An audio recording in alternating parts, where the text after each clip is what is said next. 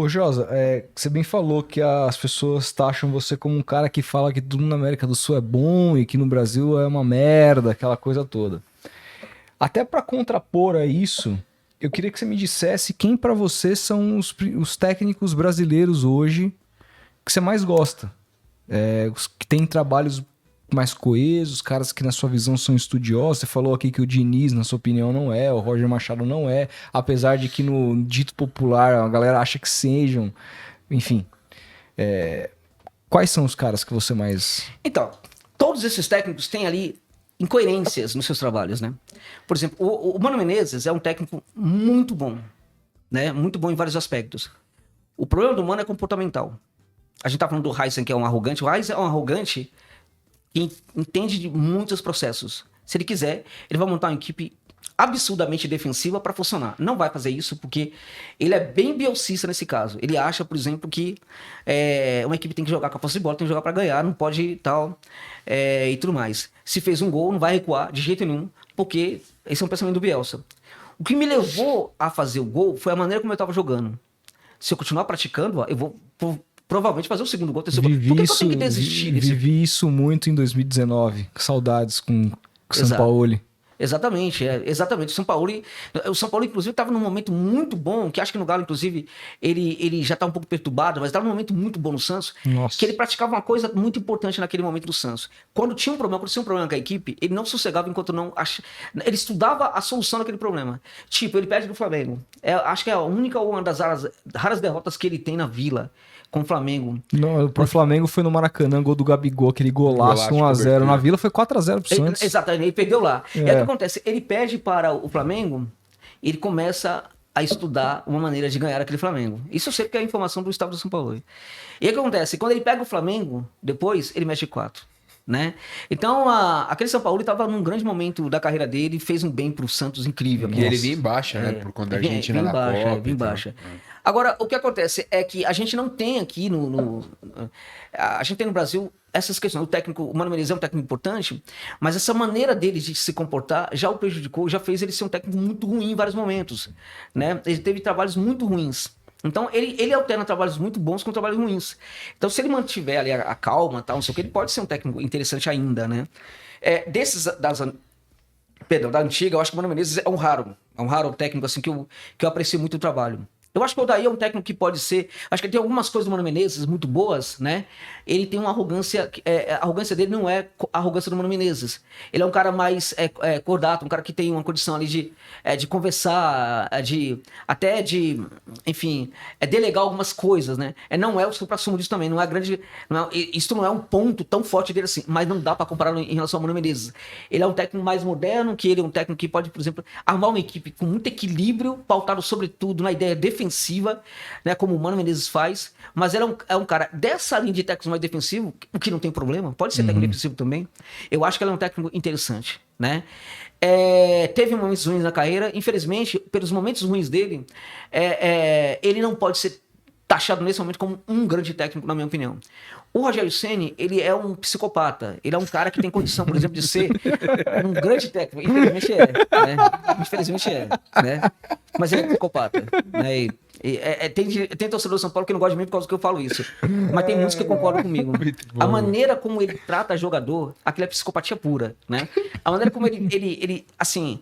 desautoriza, desprestigia os jogadores dele, sobretudo os estrangeiros, realmente não é para pouca coisa, não. Ele não conversa muito, não explica muito os processos para o jogador, né? O que reduz muito a compreensão do jogador sobre o que tem que fazer dentro de campo. E este é um ponto muito crucial no futebol, porque uma coisa que as pessoas talvez não tenham muita noção é de que quando o jogador ele se entrega muito para uma proposta, não é necessariamente porque ele adora aquela ideia daquele tipo de jogo que o técnico está fazendo. O jogador nem sempre pensa nisso, com raras exceções. Ele se entrega muito para uma proposta a partir da compreensão dele da proposta. Uhum.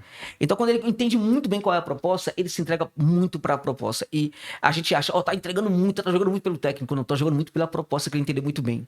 Isso passa pela capacidade do técnico de traduzir isto muito bem para o jogador. O Massini falou que o Abel é assim, né? Que ele explica pros caras, você vai fazer isso, vai fazer e dá certo. Aí o cara fala, vou continuar fazendo o que ele falar. Se o Abel falar pra eu bater a cabeça que eu vou bater, vai dar certo. O Abel é assim. Né? O Abel é assim. Então, por exemplo, a questão, por exemplo, você tem técnicos que conseguem fazer isso. Técnicos que retiram o jogador, inclusive, do treino. Alguns técnicos argentinos têm feito isso. Tira o jogador do treino, da equipe, preparam um treinamento específico para ele, a partir do conhecimento que ele tem, que ele descobriu do jogador. O Becati está fazendo muito isso hoje. Esse tipo de coisa a gente não tem em técnico brasileiro, né? Então, eu gosto, por exemplo, eu não gosto mais do Rogério Ceni. Eu acho que o Rogério Ceni hoje, ele passou dos limites. Eu Você acha gostava que ele dele. deu errado? Eu acho que ele tá fazendo de tudo pra dar errado. Ele tem ali Ele é um cara realmente que tem um conhecimento de futebol muito amplo, né? Mas eu acho que o ego domou ele, sabe? O ego já tomou conta dele, administra ele. Quem manda no Rogério Ceni não é nem uma eventual esposa, namorada, é o ego. O ego manda, fala, ô, Rogério, agora tá na hora de você gritar aqui. Aí ele grita. Ô, Rogério, tá na hora de você xingar o seu zagueiro aqui. Aí Aquela ele xinga. postura que ele teve, por exemplo, eu nunca esqueço, tava vendo um jogo de campeonato paulista, eu acho, que ele engole o Corinthians no primeiro tempo na Arena Corinthians. Perfeito. E aí faz 3 substituições e muda até o esquema tático. Tava jogando Exatamente. com 3 zagueiros, passa a jogar com linha de 4 e o time do São Paulo implode. Eu nunca vi um técnico substituir 3 jogadores no intervalo, Na com o time Arena dele jogou Corinthians, bem, Nunca ganhou lá. nunca ganhou lá, ganhando de 1-0. É ego. Na verdade, assim, o ego aí que dita pra ele fazer algo, que é colocar a assinatura dele no que É deu isso, certo. é Porque aí isso. todo mundo vai falar, o cara, não sei o quê.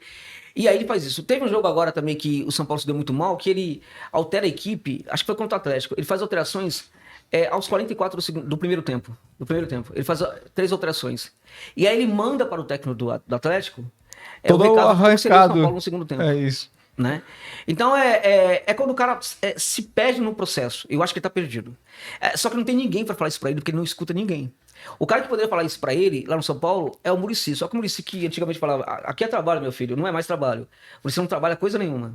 O Muricy ganha o salário do São Paulo hoje, mas aquela história de que aqui é trabalho, já era. Isso não existe mais.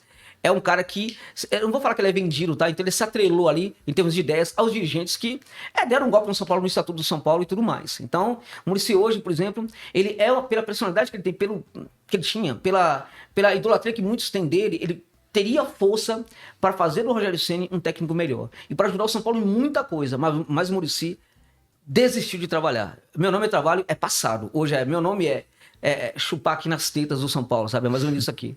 E o Dorival?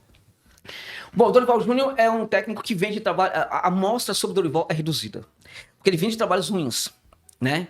É um dos melhores, na minha opinião, em termos de ideias. A ideia que ele tem pro jogo é um técnico de ideias ofensivas, né? Qual é o problema do Dorival que eu vi muito neste final de temporada do Flamengo? E aí eu fiquei um pouco decepcionado porque é um problema que eu vejo em outros técnicos brasileiros. Qual é o problema? O grande problema do técnico brasileiro é quando o adversário entende o jogo dessa equipe e coloca desafios que viram problema, né? E ele não consegue apresentar solução. Então a gente viu nesses últimos jogos do Flamengo, por exemplo, no jogo contra o São Paulo. Eu nunca me esqueço desse jogo. São Paulo, todo desfacelado ali, em termos de 10 jogos, não sei o que, jogou no Morumbi contra o São Paulo pela Copa do Brasil. O São Paulo teve mais posse de bola que o Flamengo. O São Paulo teve 26 finalizações. Foi o maior número de finalizações que uma equipe praticou contra o Flamengo desde momentos anteriores a JJ no Flamengo, para você ter uma ideia. 26 finalizações. O São Paulo cedeu 2 escanteios para o Flamengo naquele jogo. E o Flamengo teve. O São Paulo teve 17 escanteios. Né? O São Paulo só não ganhou aquele jogo porque. Porque foi Tinha futebol. E tinha o Jandrei no gol. Tinha o Jandrei no gol também. Tinha o Jandrei no gol e os caras lá não conseguiam fazer gol. O Luciano gosta de perder gol também, é uma beleza. Muito gol também. Exatamente. E aí. Ali o Dorival tava ali parado, não conseguia saber o que fazer. Na final no Maracanã da Copa do Brasil contra o Corinthians foi a mesma coisa. Porque o time do Vitor Pereira é um time que tem dificuldade para jogar com posse de bola, não porque o Vitor não sabe preparar a equipe para jogar desse jeito, mas porque diante do contexto do futebol brasileiro e do elenco que ele tem, ele não quer praticar esse tipo de jogo. Então o que acontece? O Corinthians domou o Flamengo naquele jogo no Maracanã. O Flamengo foi campeão assim, por circunstâncias como a sorte, porque inclusive na cobrança de pênalti o Corinthians saiu na frente, né?